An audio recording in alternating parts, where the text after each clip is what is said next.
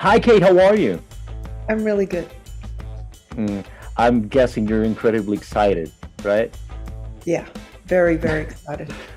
You had an enormous challenge here because you're directing a piece of the puzzle. Everything fits into the Marvel Cinematic Universe, but you had a character that, first of all, we know died, and second, it has no powers or a special suit like Tony Stark or something like that. She's very human, and I think uh, I perceived that was something you were looking to project on this movie. So could you tell me a bit about that challenge?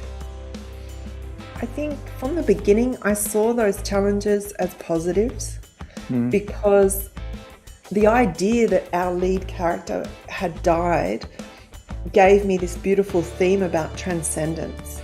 Okay. So I tried to thread that through the film and put ideas about nature and just the ether that she's kind of joined to the universe. So we use things like fireflies to signify the light within her. And we use that within the fight sequences as well, the idea of her traveling through the air. So I don't know, it didn't feel like an obstacle. And the idea of it taking place in a certain time gave us parameters, but we were free within those parameters to explore a lot. And her humanity's her greatest gift, really.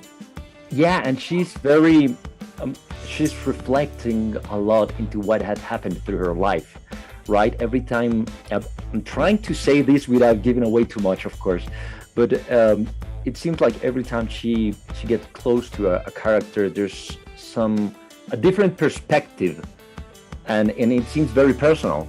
So I was fascinated by that. Yeah, we talked about the idea that because of what she's done in her life, that she's been part of a corrupt system, and the actions she's taken to escape that, she thinks she doesn't deserve love because she feels like she's done the worst thing a person can do.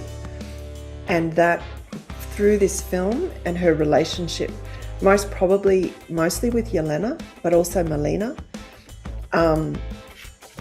she kind of puts the pieces of herself back together. And I don't think it's kind of cheesy. It's not like, oh, they're saint-like. What she sees is they're flawed, they've done terrible things, and she can forgive them, so why can't she forgive herself?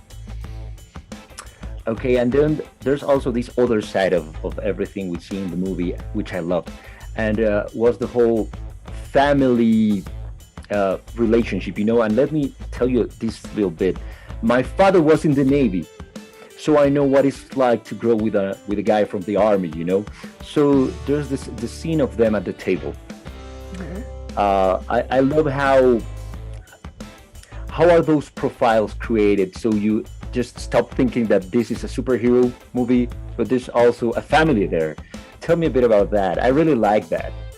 I think all of us brought our own families to the table. So the screenwriter, the producers, myself, the actors, and we had 4 days of rehearsal where we could really improvise. And Eric Pearson, the writer, was part of that process. So it was always evolving and getting richer.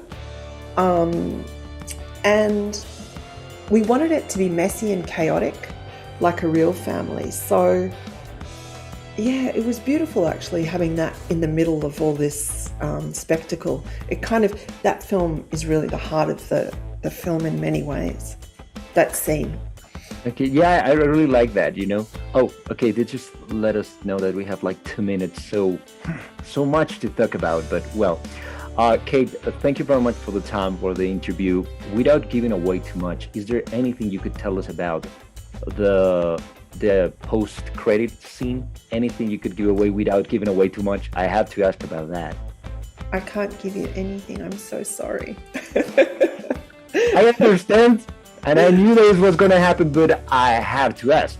I'm sure you understand, right? I do. Lovely to meet you. Okay, same, Kate. Thank you very much. Have a very nice day. Thank you. Bye-bye.